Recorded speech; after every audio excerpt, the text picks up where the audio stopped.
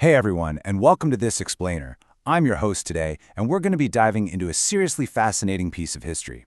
You know, when we think about how a growing nation builds its identity, it's so easy to just look at the laws, the government, or, the borders drawn on a map. But a nation's true personality, it's not just made of laws. It's forged in its art, its literature, and its music. Today, we're focusing on how America truly found its voice in the 19th century. So let's jump right into this. Here is our roadmap for today. First, shaping America's cultural identity. Second, painting the great outdoors. Third, transcendentalism and the mind. Fourth, singing for freedom and unity. And finally, number 5, why morality matters in education.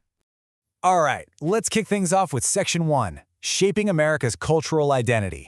You see, specific art and literature movements in the 19th century didn't just, decorate the United States. They literally shaped its entire cultural identity. They gave the country a soul. And to really understand how these early Americans thought, we have to look at the absolute foundation of their worldview. Psalm 24, verse 1a reads, "The earth is the Lord's and everything in it." Early Americans deeply connected their faith with the natural world around them and, by extension, their national purpose. When they looked out at the massive mountains or the endless forests, they didn't just see lumber or resources, they saw direct divine blessing. So I want you to chew on this question for a second. How did art reflect national pride in the 1800s? I mean, really think about it. Long before the internet, before movies, before social media, how could a simple painting on a canvas or a few stanzas of a poem actually make an entire population feel profoundly proud of their country? Keep that in the back of your mind as we move forward. Moving right along to Section 2, painting the great outdoors. Okay, have you ever heard of the Hudson River School? Now, it's actually not a building where people went to take classes. It was an art movement of painters who created these absolutely large, incredibly detailed landscapes that celebrated the sheer beauty of the American wilderness. And the scale of what we're talking about here is just incredible. These artists created massive, awe-inspiring paintings. For folks back then living in crowded, dirty cities, standing in front of one of these gigantic canvases was honestly like going to an IMAX movie today. It completely captured the public's imagination. But why does the Hudson River School actually matter to our history? Well, these artists saw nature as a symbol of national greatness. They weren't just painting pretty trees and rivers, they were painting a visual representation of America's vast, untapped potential. And this brilliantly illustrates how art inspired deep feelings about faith and created a profound sense of national purpose and pride.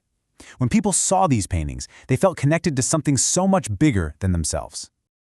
That brings us to Section 3, transcendentalism and the mind.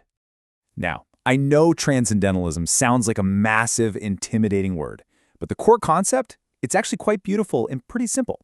It was a philosophy and literary movement that linked spiritual truth with nature and independence. It was really all about connecting your own internal spirit with the external natural world. It was the idea of finding true meaning, not necessarily in crowded rooms or loud political debates, but out in the quiet of nature. To really grasp this, we need to look at 3 key ideas: self-reliance, the inherent goodness of people, and the absolute importance of nature. This movement was championed by brilliant thinkers and writers like Ralph Waldo Emerson and Henry David Thoreau, and they were essentially telling people to trust themselves.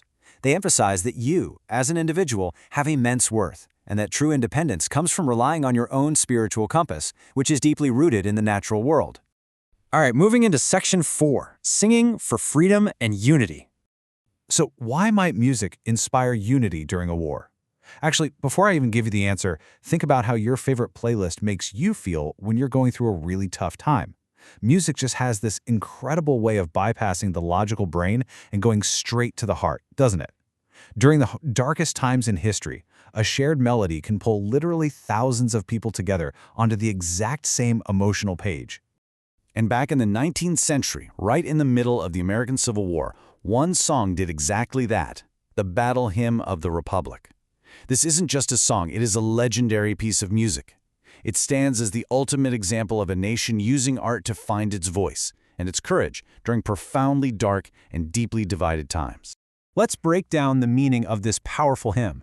Written during the Civil War, it heavily used striking biblical imagery. So it wasn't just a catchy tune to march to, it was a song that framed the entire conflict as a righteous struggle.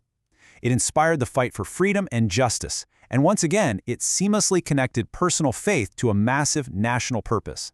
It reminded the people exactly what they were fighting for, uniting them through their shared moral values. And finally, we arrive at Section 5, Why Morality Matters in Education. Let's take a second to contrast education without morality versus education with morality. The HeroesMart Academy philosophy argues that education without morality is actually going to hurt you.